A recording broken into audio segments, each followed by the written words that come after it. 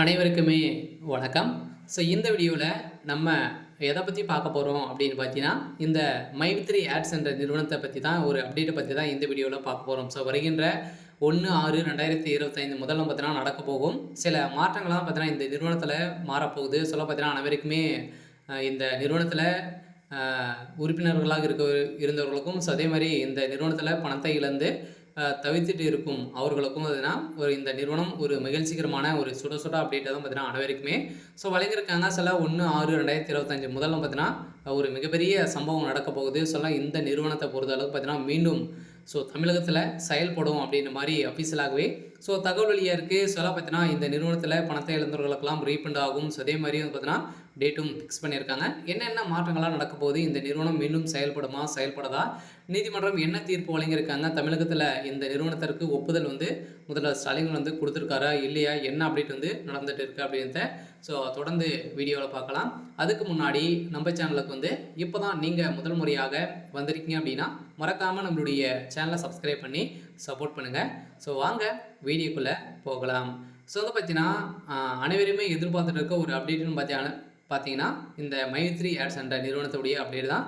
இந்த நிறுவனத்தில் திடீர்னு பார்த்தீங்கன்னா 2 வருடங்களுக்கு முன்னாடி திடீர்னு இந்த நிறுவனம் மிகப்பெரிய மோசடிகள் மக்களுடைய பணங்களை பார்த்தீங்கன்னா ஏமாற்றி 17 லட்சம் கோடிக்கு மேலே பார்த்தீங்கன்னா இதில் மோசடிகள் செஞ்சுருக்காங்க அப்படின்ற மாதிரி இந்த நிறுவனத்தின் மீது புகார் மேலே புகார் குவிந்திருந்த நிலையில் கூகுள் ப்ளே ஸ்டோரில் பார்த்தீங்கன்னா இந்த நிறுவனமுடைய ஆப் முடக்கப்பட்ட சம்பவம் பெரும் பரபரப்பை ஏற்படுத்தியிருந்தது. திடீர்னு பார்த்தீங்கன்னா இதில் தலைவராக இருந்த சக்தி ஆனந்த் அவர்களும் கைது செய்யப்பட்டார். இவருக்கு பயிலும் கொடுக்காம இப்போ பார்த்தீங்கன்னா இருக்காரு.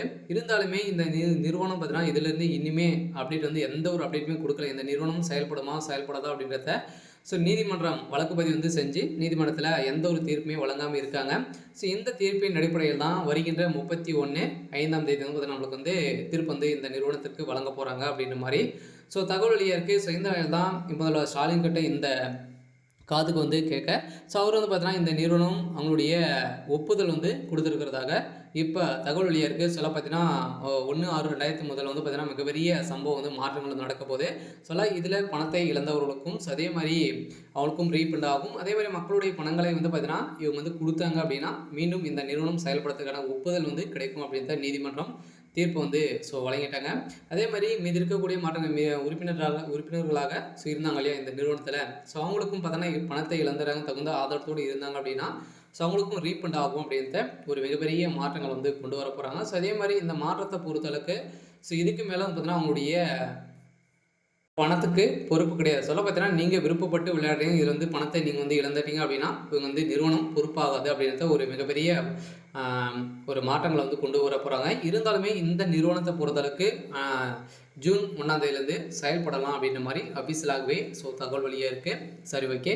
இன்னைக்கான அப்டேட் பார்த்தீங்கன்னா இதுதான். மறக்காமல் நம்மளுடைய சேனலை சப்ஸ்கிரைப் பண்ணி சப்போர்ட் பண்ணுங்கள். தேங்க்யூ.